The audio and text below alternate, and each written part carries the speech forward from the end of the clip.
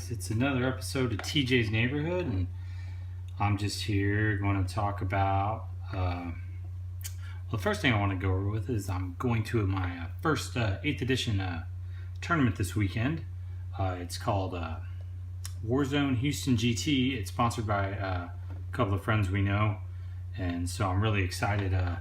They're really making an effort to make this one a really good tournament in the Houston area. So me, John, Jonathan, our newest member Ben are all going to head over there this weekend, so I'm really pumped about that. So I will be bringing my Obsidian Knights mixed in with the Gray Knights that I've recently painted. I think, I don't know, I just wanted to bring all the new stuff I painted, you know, with new edition and stuff coming out. I really do not know what to expect. So I'm really excited but kind of scared at the same time because I don't know. You know, I've read some of the lists on the net and everything like that, and they're pretty hard and difficult to play with. So I don't know how I'm going to do. I'm bringing a kind of a balanced list, so I just, you know, it's the first, it is honestly the first tournament I've played in 8th edition, and so I've only had about 3 or 4 games, so we'll see how it goes. If it doesn't go well, it doesn't go well. I just know what to tweak and do on my list next time. But one of the things I want to talk about to you is this guy right here. Not the Grey Knights Dreadnought, but just Dreadnoughts in general in 8th edition. I've always been a Dreadnought fan ever since 3rd edition. I've really enjoyed them. I've always liked the fluff behind it. You know, you got a badass warrior, you know, who's been hurt majorly in battle. They can't do anything to help him, so they stick him in a big metal sarcophagus, and he goes ramping and stomping around on the battlefield. I think ever since I saw the first Dawn of War previews where you actually see a Dreadnought move and he like squashes orcs and all the other stuff, it's been one of the coolest things I think in the game. So I just wanted to go over the Dreadnought and how I think it's tactically how I'm going to be utilizing them probably this weekend during most of the games. So the thing about the Dreadnoughts now is, you know, they have, let's open up the stats here real quick. So I'll be using them as a Venerable Dreadnought. So Venerable Dreadnoughts are extensively just way better than the normal Dreadnoughts. So you're looking at ballistic skill and weapon skill at 2+. So I need that because, you know, usually I roll 1s. So, you know, I need every possibility I can to try to take away that missed shot. So that's kind of good. Their toughness is only a 7, so it's not quite up at that range. But with toughness 7, you know, you're looking at anything, it's got to be strength 14 or above for it to wound it on 2. So everything else is a 3+.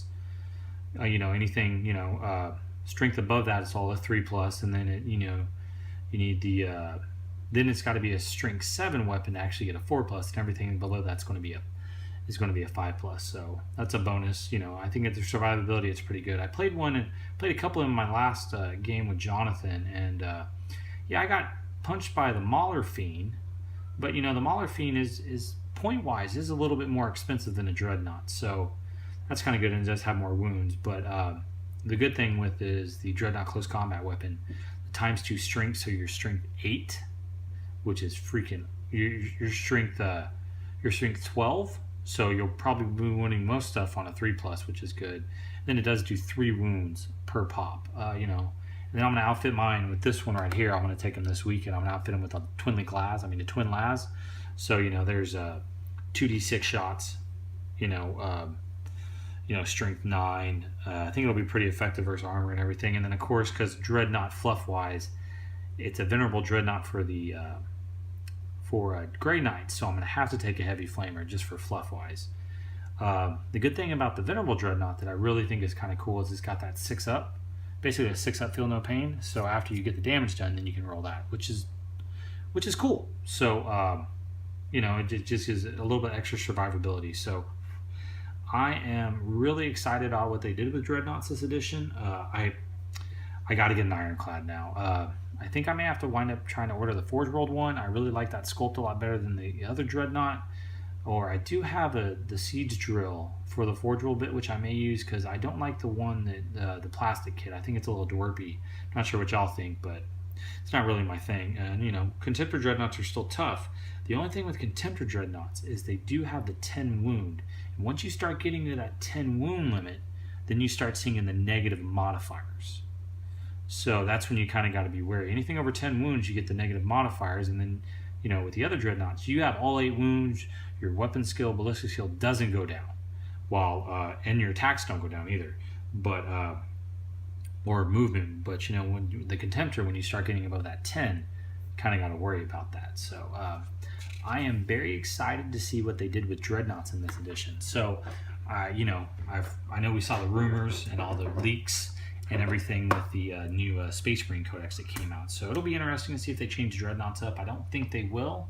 Maybe they'll kind of cut down the points a little bit. I do think the points are a little high, you know, considering, well, you know, they just seem a little high. I'm not sure really quite in the meta yet where they're going to fit in. But as far as me, I am definitely loving the Dreadnought new rules. I really find...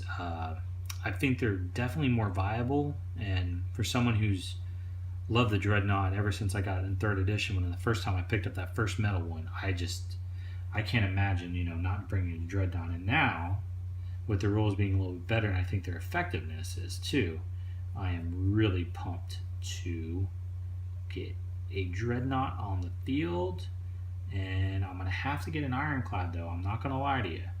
With being toughness 8, that makes it a little bit tougher. So then you need strength 9 weapon above to wounded on a 3+, which is just way better.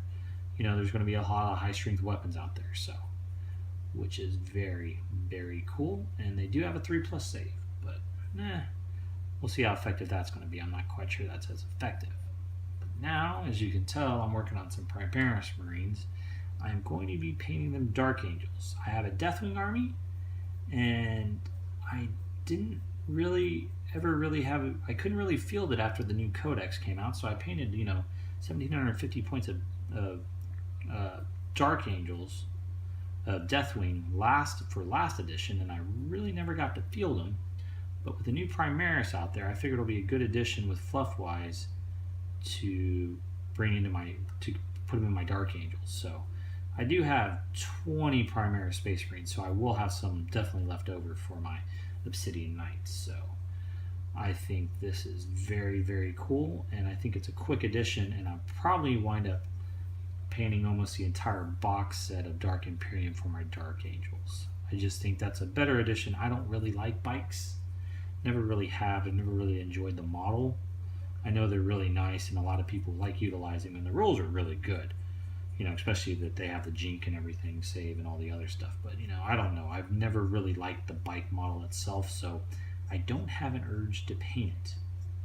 Which, you know, that hurts me on my models. If I don't have an urge to paint something, then I'm not going to paint it. So, not having an urge to paint bikes hurts me on the fact that I don't think I'll ever really have Ravenwing. But you never say never. I did get some from a gentleman I won a contest for on Instagram, and I did get some. He did send me some. They're almost painted, so maybe I'll just need to do those up and finish painting them. But I don't know, guys. So I don't know, any of you Space Marine players out there, I hope y'all like the new Dreadnought changes, and I hope we'll see some Dreadnoughts out there fielded quite a bit more than we used to in the last edition, because Dreadnoughts are supposed to be one of the coolest, fluff-wise. You know, they have some of the coolest rules. I mean, fluff-wise are proud of them. You know, it's like the Space Wolves Dreadnoughts are supposed to be behemoths on the battlefield and just wreck shop. So I do hope that we will see definitely more Dreadnoughts out there on the battlefield. So, guys, I don't know, but I think that's about it for me and my take on Dreadnoughts. So leave some comments in the box, you know, watch some of our videos and stuff, and then we will be definitely doing coverage of Warzone GT Houston. So we'll put a link down here at the bottom for their website and everything. So, you know, if this is the first year of their tournament, so hopefully it looks like we're going to have a pretty good turnout. I think, you know, they're going to have at least 40 or 50 guys up there, so which will be really cool. So then next year, hopefully we'll get some more. And they're running, I know they're running a lot of cool events. I think they're also having a 30K event, so hopefully the 30K guys are happy with that. And there'll be another good tournament scene here in the Houston area, so maybe some of you out-of-towners and stuff can come and make it. But the whole FMP crew will be there.